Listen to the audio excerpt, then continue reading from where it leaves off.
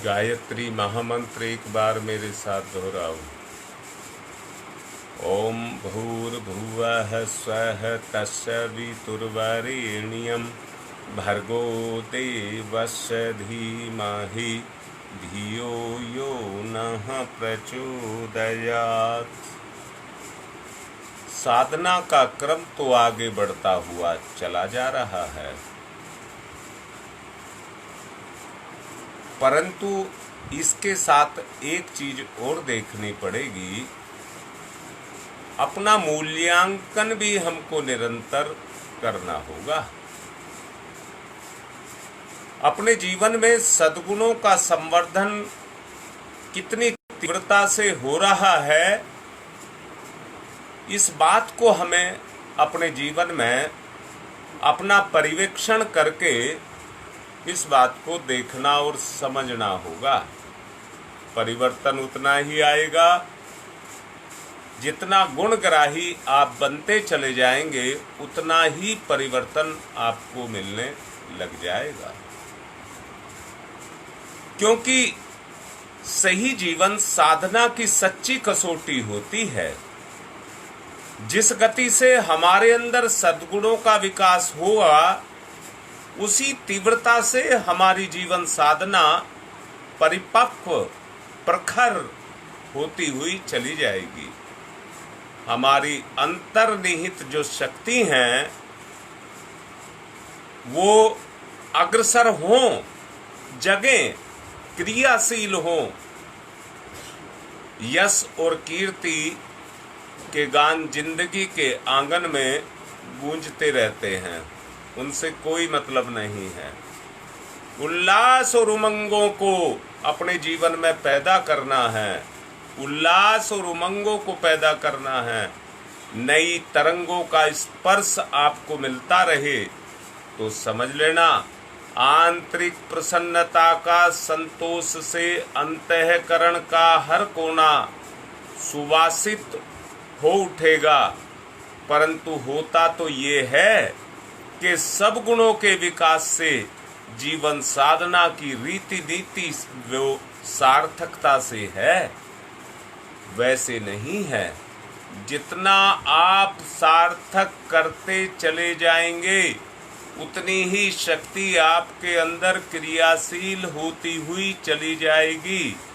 इस सच्चाई से अनजान बनकर के मत रहना, इस सच्चाई से अनजान बनकर के मत रहना। मैं फिर से कह रहा हूँ, कोई काम नहीं आएगा, कोई काम नहीं आएगा, पर आपकी ये साधना सदा आपके काम आएगी।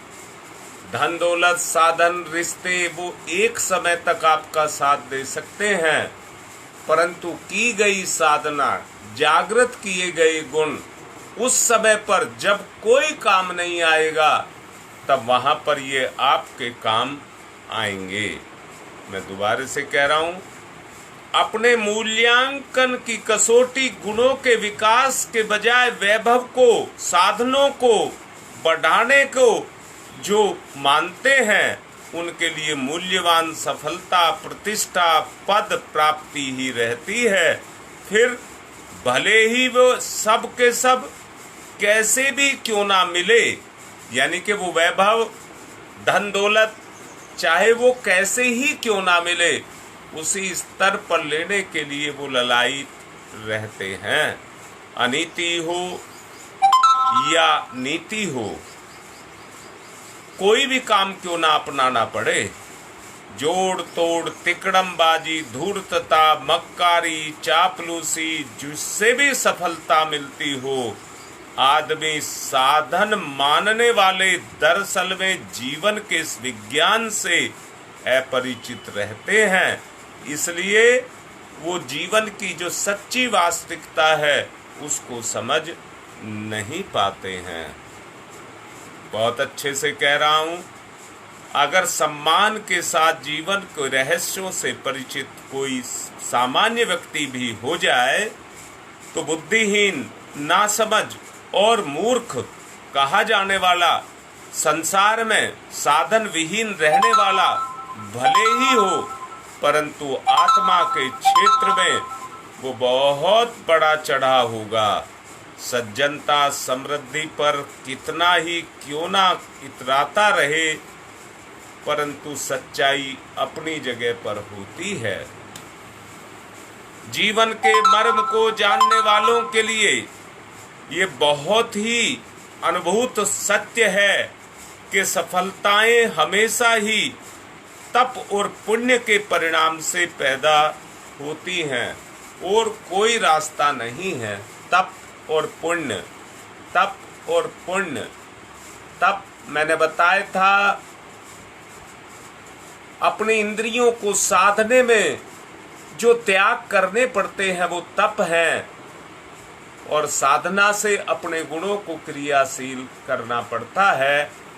फिर उनका समन्वय होता है, योग होता है। जब योग होता है तो वो गुण क्रियाशील होते हैं, क्रियाशील होते हैं।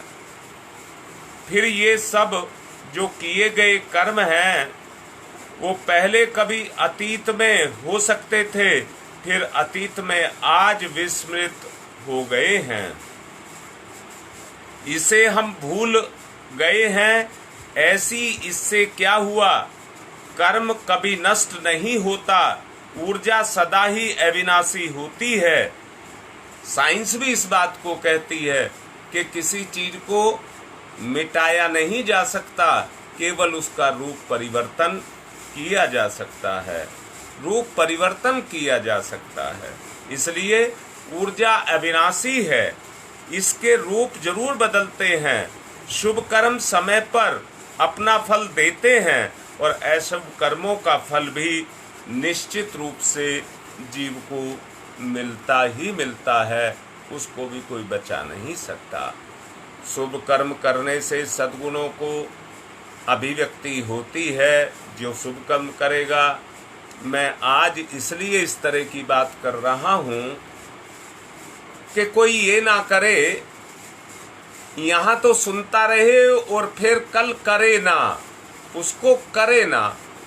इसलिए हमारे अंदर शुभ कर्मों की अभिव्यक्ति ही खेती के रूप में पनपती है, जबकि अशुभ कर्म हमारे दुर्गुणों की छाया मात्र होते हैं।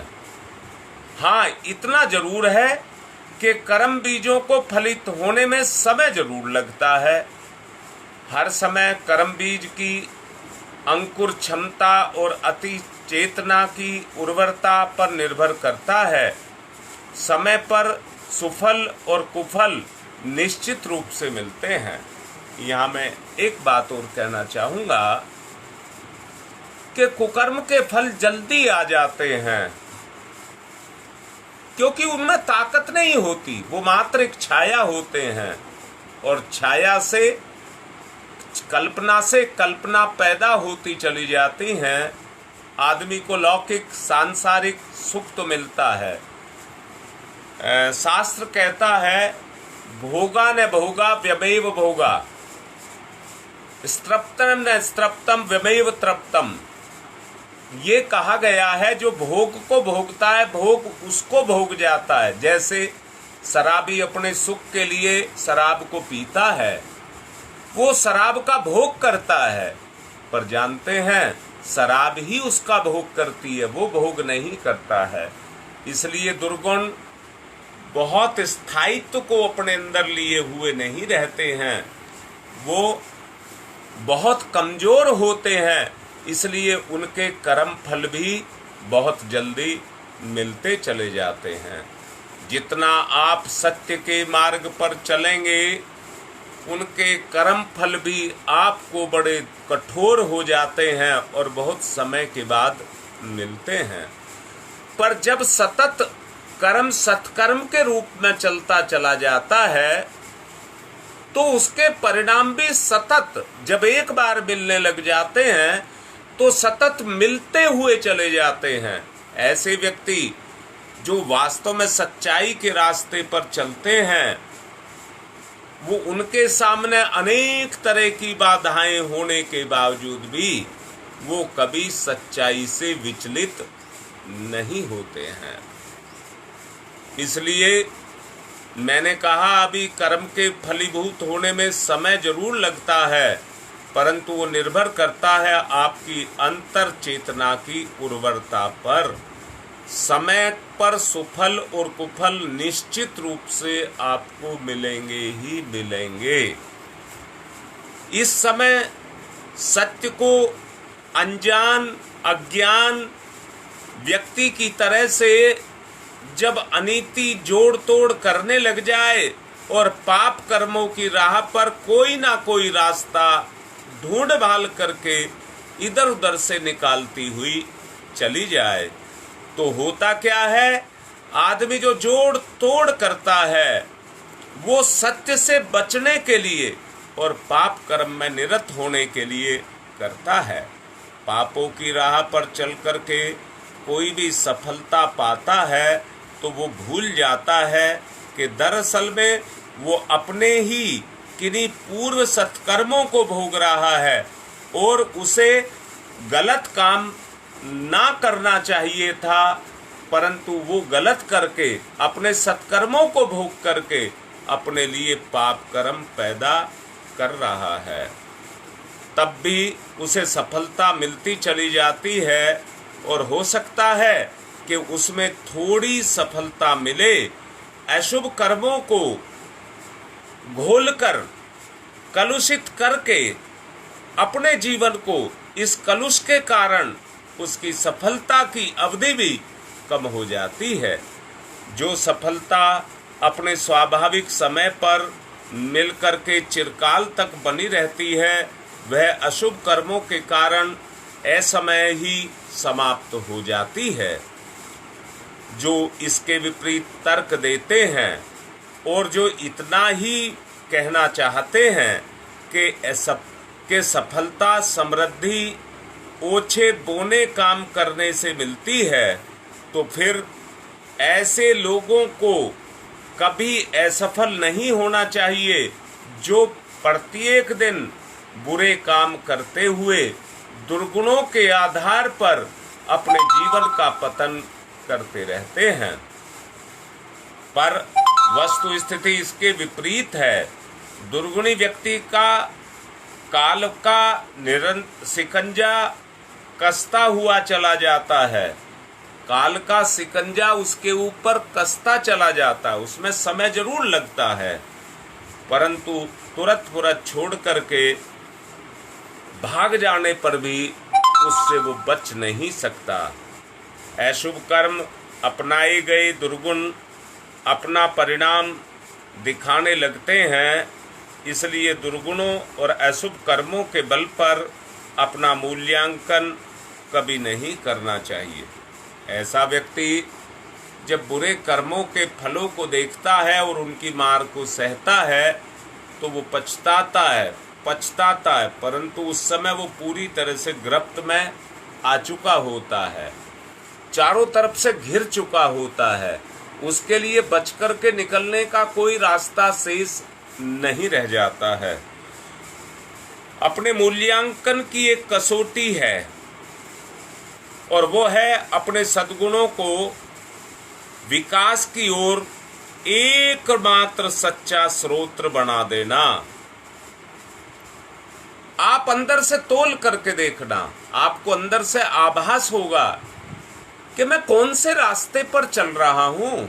मैंने कहा है कई बार आदमी तिकड़मबाजी करते हैं, जुगाड़बाजी करते हैं, परंतु ना, सत्य तो अपने आप में निरा है, खालिस है, एकदम पवित्र है। इसलिए हमको अपना मूल्यांकन करना चाहिए और मूल्यांकन करते हुए व्यक्ति अपनी पवित्र भावना को बनाए रखे। ये भावना जिसमें जितनी होगी, जितने अंशों में होगी, वो उतने अंशों में ही देवत्व की तरफ, सत्कर्म की तरफ चलता हुआ चला जाएगा। एक बार की घटना बताता हूँ। परम पूज्य गुरुदेव के साहित्य में है, गुरुदेव ने कही है, एक चोर संत गुरु नानक जी के पास पहुंचा और पहुंच करके बुरी आदत से छुटकारा पाने का उपाय पूछा। नानक जी ने जो उपाय बताए वे उससे निभते नहीं थे।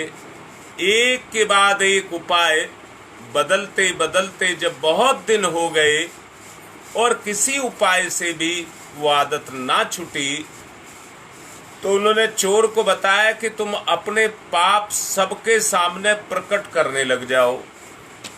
सबके सामने अपने पाप को प्रकट करने लग जाओ। इससे अब चोर का बार बार आना और पूछना समाप्त हो गया और उसकी आदत में सुधार आ गया। पाप प्रकट करने में लज्जा लगती है, इसमें मैं मना नहीं कर रहा, हर किसी को लगती है, स्वाभाविक भी है, क्योंकि उसको आत्मा स्वीकार नहीं करती है, उससे बचना चाहती है। पाप से मन नहीं बचना चाहता, आत्मा पाप से बचना चाहती है, इसलिए मन को लज्जा आती है, परंतु छुप करके मन उस पाप को करता है। दोनों ही आपके पास है, आपकी आत्मा भी आपके पास है और मन भी आपका ही है, परंतु आपका मन आपके नियंत्रण में नहीं होता।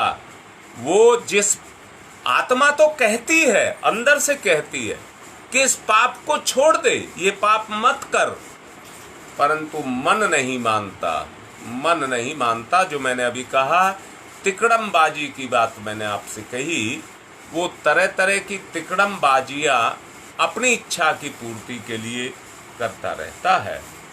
अब मैं कहूँगा सद्गुणों की जो फसल है वो आपके अंदर की विचारधारा के अनुसार पैदा होगी, और पैदा होगी तो उसी अनुसार लहराएगी। मैं एक बात आपसे अभी मैंने कहा, दुर्गुणों को आपका जीव स्वीकार नहीं करता, आपकी आत्मा स्वीकार नहीं करती। अगर करती है तो छुपते क्यों फिरते हो, डरते क्यों फिरते हो, भय क्यों लगता है, कहीं पोल ना खुल जाए। परंतु एक बात समझिए ना, दुनिया में किसी चीज को एक समय तक छुपा करके रखा जा सकता है। दोबारा से कहता हूं, धरती पर जैसे बीज डाले जाते हैं उसके पौधे अपने आप ही उगते हैं, उन्हें उगाता कोई नहीं है। कर्म के फल भी इसी तरह से, जैसे कर्म बोए जाते हैं उसी तरह के फल भी पैदा होते हैं। ऐसे पोल नहीं खुलती है तो ऐसे खुलती है। आदमी कहता है मैंने नहीं किया, मैंने नहीं किया, परंतु बगैर बीज डाले बीज कहां से पैदा हुआ, किया तो था। ये कहिए विस्मृति में चला गया है, विस्मृति में चला गया है, वहीं से निकल करके आ रहा है। ये मानता हूं इस जन्म में उस तरह के काम आपने नहीं किए होंगे जिनके फल आज आपको भोगने पड़ रहे हैं, परंतु भोगने पड़ रहे हैं तो किए तो हैं, किए तो हैं। ईश्वर के न्याय को कोई झुटला नहीं सकता, झुटलाएगा तो चूर चूर हो जाएगा। मैंने ही एक प्रवचन में कहा था, प्रकृति से कोई नहीं लड़ सकता, प्रकृति अपने आप में बहुत ताकतवर है। इसलिए मैं ये कह रहा हूं, जो कुछ भी हमको इस समय पर वर्तमान पर भोगना पड़ रहा है वो सब हमारे ही कर्मों का प्रतिफल है। अब आप सोचो, अगर हम अपने शक्ति के केंद्रों को, गुणों को जागृत कर लें तो जो कुछ आज हम भोग रहे हैं, हमारे गुण उनको झेलने में, उन कष्टों को झेलने में हमारी सहायता करेंगे, और वो हमारे कर्म जो हमारे द्वारा हो चुके हैं वो हमारे इस सत्कर्म के प्रभाव से कटते हुए चले जाएंगे, कटते हुए चले जाएंगे। भावना में यदि कलुषता है तो वहां पर दुर्गुण फलेंगे और फूलेंगे ही, इसको कोई रोक नहीं सकता, और उनमें देर भी नहीं लगेगी, क्योंकि दुर्गुण है इसलिए उनमें देर भी नहीं लगेगी। अब यहाँ मैं कहता हूँ, परम पूज्य गुरुदेव कहा करते थे कि संवेदनशीलता जहाँ कहीं भी है वहाँ अपने आप के गुणों की कतार बन करके खड़ी हुई मिलेगी। आपके अपने गुणों के कारण व्यक्ति आपसे जुड़ते हुए चले जाएंगे। इसके विपरीत निकृष्टता जहाँ भी होगी वहाँ दुर्गुणों की लाइन लगते देर नहीं लगेगी। इसलिए दोनों बात को स्पष्ट कर लें, सद्गुण भी हैं और दुर्गुण भी हैं, दोनों बातों को स्पष्ट कर लें। जहाँ सद्गुण आपके अंदर सच्चाई के रूप में क्रियाशील होंगे तो उसी तरह के व्यक्ति आपकी ओर अनायास ही खिंचे चले आएंगे और जुड़ने के लिए ललायित रहेंगे। जिन दिनों गुरुदेव मथुरा में रहते थे उन्हीं दिनों एक व्यक्ति आकर गुरुदेव से मिला और अपनी गतिविधियों और बुराइयों को बड़ा हैरान था। उसने गुरुदेव के सम्मुख अपने संपूर्ण सच्चाई को सामने रखने का प्रयास किया, हिम्मत जुटाई अपने अंदर से और अच्छा आदमी बनना चाहता हूँ ये भी उसने गुरुदेव से प्रार्थना की। समझ नहीं आ रहा था कि कहाँ से शुरुआत करूं, कैसे समझूं कि मेरा सुधार परिष्कार हो जाए अथवा ना हो। ऐसा कहते हुए उस समय जिस व्यक्ति की आंखों में सच्ची भावना झलक रही थी उसने गुरुदेव के मर्म को छू लिया था। बड़े स्नेह भरे स्वर में परम पूज्य गुरुदेव ने उससे कहा, बेटा यदि तुम अच्छा बनना चाहते हो तो हर दिन किसी की निस्वार्थ भाव से एक व्यक्ति की सेवा करना शुरू कर दो।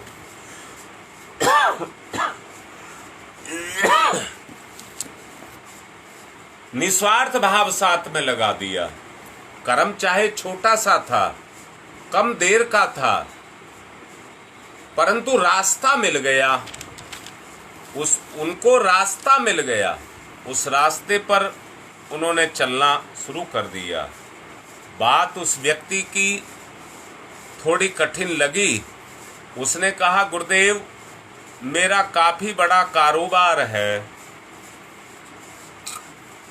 जो व्यस्तता बनी रहती है, तो हो सकता है कि प्रतिदिन ऐसा अवसर मुझे ना मिले। ऐसी दशा में मैं तुम किसी के लिए कातर भाव से प्रभु से प्रार्थना कर रहा हूं, परंतु मेरी प्रार्थना सच्ची है, निष्कपट है, स्वार्थ रहित है। इसलिए मैं अपनी प्रार्थना को पूर्ण करना चाहता हूं। इसी के आधार पर परम पूज्य गुरुदेव ने कहा कि तुम अपना मूल्यांकन करो और संवेदनशीलता का विकास करो। अपने अतिरिक्त दूसरों का भी मूल्यांकन सच्ची कसौटी पर निष्ठुर भाव से नहीं, संवेदनाओं का संवर्धन करना होगा। उसी मापदंड पर कोई भी व्यक्ति अपना मूल्यांकन कर सकता है, क्योंकि संवेदनशीलता तपस्वी जीवन और पुण्य कर्मों का स्रोत होती है। मैंने पीछे भी कहा था, भगवान शक्ति है पर भगवान का स्रोत मनुष्य है। उसकी जितनी भी विशेषताएं हैं वो मनुष्य में फूट करके निकलती हैं। उतना प्रयास करना पड़ता है जैसे कुआं खोद करके जमीन से पानी के स्रोत को ढूंढ करके फोड़ना पड़ता है। उसी तरह से पुण्य का भी, परमार्थ का भी स्रोत फोड़ना पड़ता है। जब वो फूट करके निकलता है तो निष्ठुरता का उन्मूलन संवेदनाओं से अपने आप होने लग जाता है और व्यक्ति अपना मूल्यांकन बड़े चढ़े रूप में देखने लग जाता है, महसूस करने लग जाता है। सभी शुभ भावनाएं और शुभ कर्म प्रकारांतर से किसी को सफल और इंसान बनाते हैं। इसी पैमाने पर स्वयं की परखी हुई जो साधनाएं हैं, प्रत्येक सफलता को पाने के लिए पहले उनको जांचना, फिर उन पर चलना।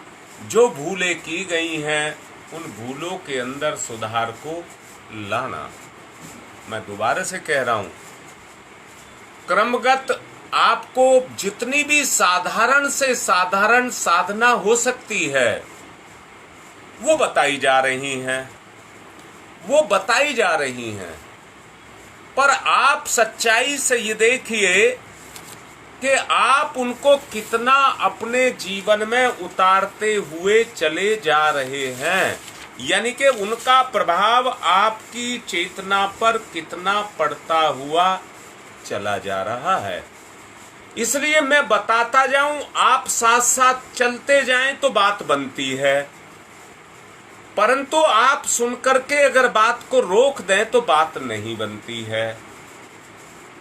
कल मैंने त्राटक की बात आपसे करी थी, आज मैं प्राणायाम की बात आपसे करना चाहता हूं। वास्तव में प्राणायाम भावना पूर्वक प्राणों का आकर्षण है। ये प्राणा आकर्षण है। हम भावना के द्वारा सांस को खींचते हैं, पर सांस के द्वारा अपने भगवान को अपने अंदर खींचते हैं।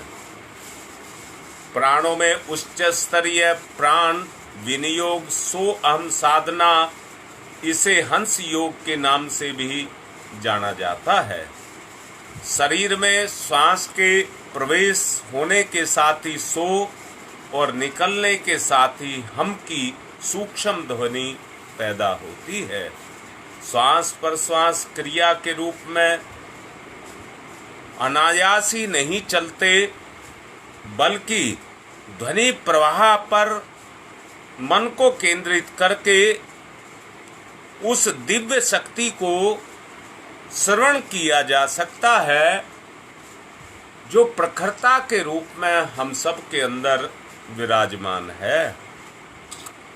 इसी को हम सो अहम साधना कहते हैं।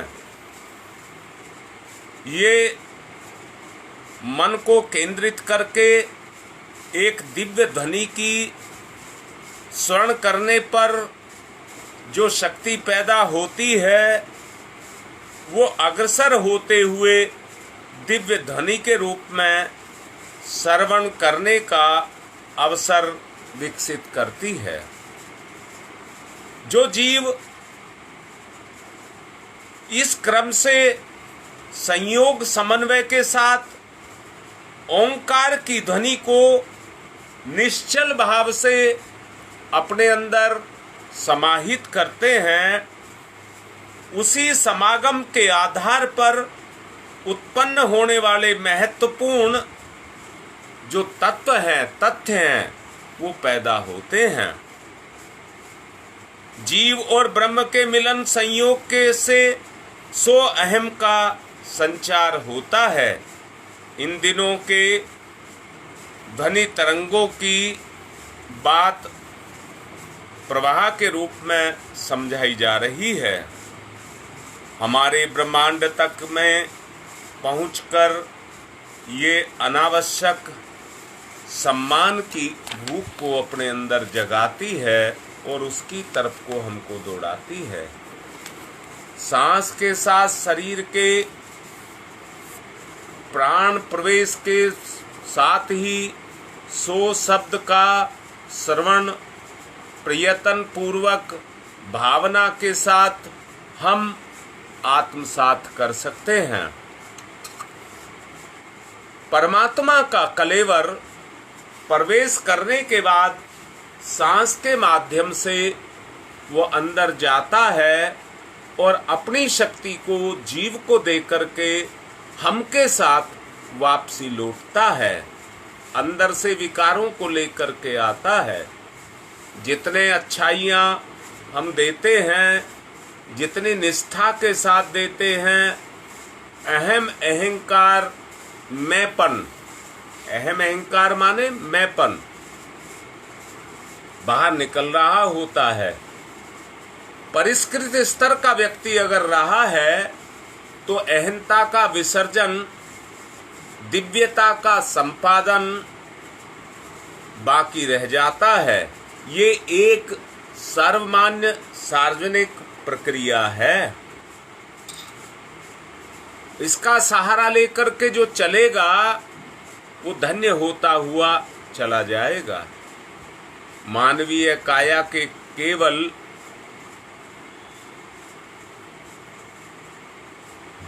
देवत्व का वर्णन हम कर रहे हैं, वो उसके अंदर छुपा है। जब व्यक्ति उस तरह के काम करने लग जाता है तो सोया हुआ देवत्व जागृत होता हुआ चला जाता है और नव सृजन की प्रक्रिया उसके अंदर से निकलती है। उसकी महिमा योगाभ्यासों की पंक्ति से दूर उच्च स्तरीय रूप में गिनाई जाती है। सामान्यतया प्राणायामों के माध्यम से सूर्यदेव और विलोम प्राणा आकर्षण भूमिका को निभाते हैं। भ्रामरी, शीतली, शीतकारी, उज्जैनी आदि 84 तरह की प्रमुख साधनाएं हैं। इस तरह की प्रमुख साधना इतनी हैं, उन्हें शारीरिक और मानसिक स्वास्थ्य के संवर्धन के लिए विभूति के रूप में जो अपरा रहा होता है उसकी सभी बुराइयों का निराकरण होता हुआ चला जाता है। प्राण विद्या का अपना स्वतंत्र विज्ञान है। प्राण विद्या का योगाभ्यास के माध्यम से अपनी सामर्थ्य और साधनों का उद्देश्य उच्च स्तरीय गतिविधियों का संचालन करना होता है। योग साधना का पांचवा जो मुद्रा है, पांचवा जो स्तर है वो मुद्रा कहलाती है। विभिन्न तरह की मुद्राएं होती हैं, विभिन्न तरह के बंद होते हैं। जैसे बहते हुए पानी को रोका जाता है, ऐसे ही बहते हुए विचार पर प्रतिबंध लगाया जाता है और प्रतिबंध लगा करके उसे उचित दिशा में गति दिया जाता है।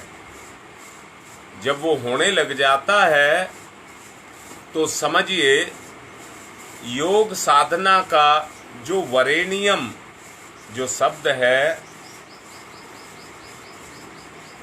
उसका जो प्रभाव है वो साक्षात होने लग जाता है।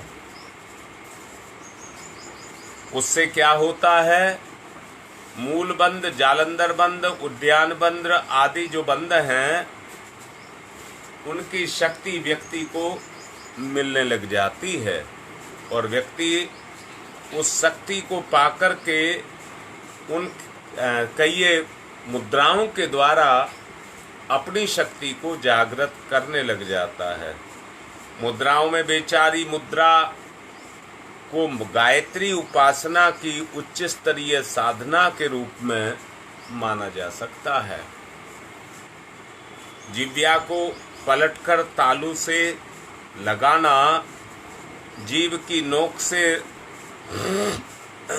तालू को धीरे धीरे सहलाना, उस सहलाने से रसानुभूति का अनुभव होता है। खेचरी मुद्रा इसी को कहते हैं। शीर्ष की जो ब्रह्मांड की जो उपस्थिति है इस सिर के अंदर, वो उसकी पोल में भरे हुए इस स्थान के अंदर छुपी हुई है। जितना हम साधनाओं को करते जाएंगे वो निराकार से साकार प्रत्यक्ष होती हुई चली जाएगी। ब्रह्मा जी नील कमल जल में सहस्त्रदल कमल के ऊपर तैरते हुए आए थे, प्रकट हुए थे। नाभि से कमल खिला और कीचड़ में से होकर के धरती पर बसा। परंतु यहां ये कहूंगा, आप अनुभवी हैं, आप ब्रह्म शक्तियों से ओतप्रोत हैं। हमारी परम पूज्य गुरुदेव की जो शक्ति है वो इस मानसरोवर से, कैलाश से और शिव के स्थान से हमको ऊंचा उठाना चाहती है। इसलिए उन गुणों का हमको सदुपयोग करना पड़ेगा जो गुण वास्तव में हमको ऊंचा उठा सकते हैं। आप सब ऐसा करेंगे ये मानते हुए, किसी भी चीज को टाल करके कल पर नहीं छोड़ेंगे। जो आज समझाया गया है क्रिया के रूप में आज ही उसको करेंगे। आप कमजोर बन करके ना रहें। आप परमपिता परमात्मा की असीम शक्ति से ओतप्रोत सिद्ध संत प्राणी हैं। अपने आप को साध करके चलिए और अपनी शक्ति का भरपूर लाभ उठाइए। आज की बात को यहीं पर विराम दे रहा हूँ, यही निवेदन करते हुए कि कोई भी अपनी साधना में किसी भी तरह की लापरवाही को ना बरतें, वरना बाद में पछतावा ही पछतावा शेष रह जाएगा। सब ईमानदारी से इन साधनाओं को करें। ओम शांति ही शांति ही शांति।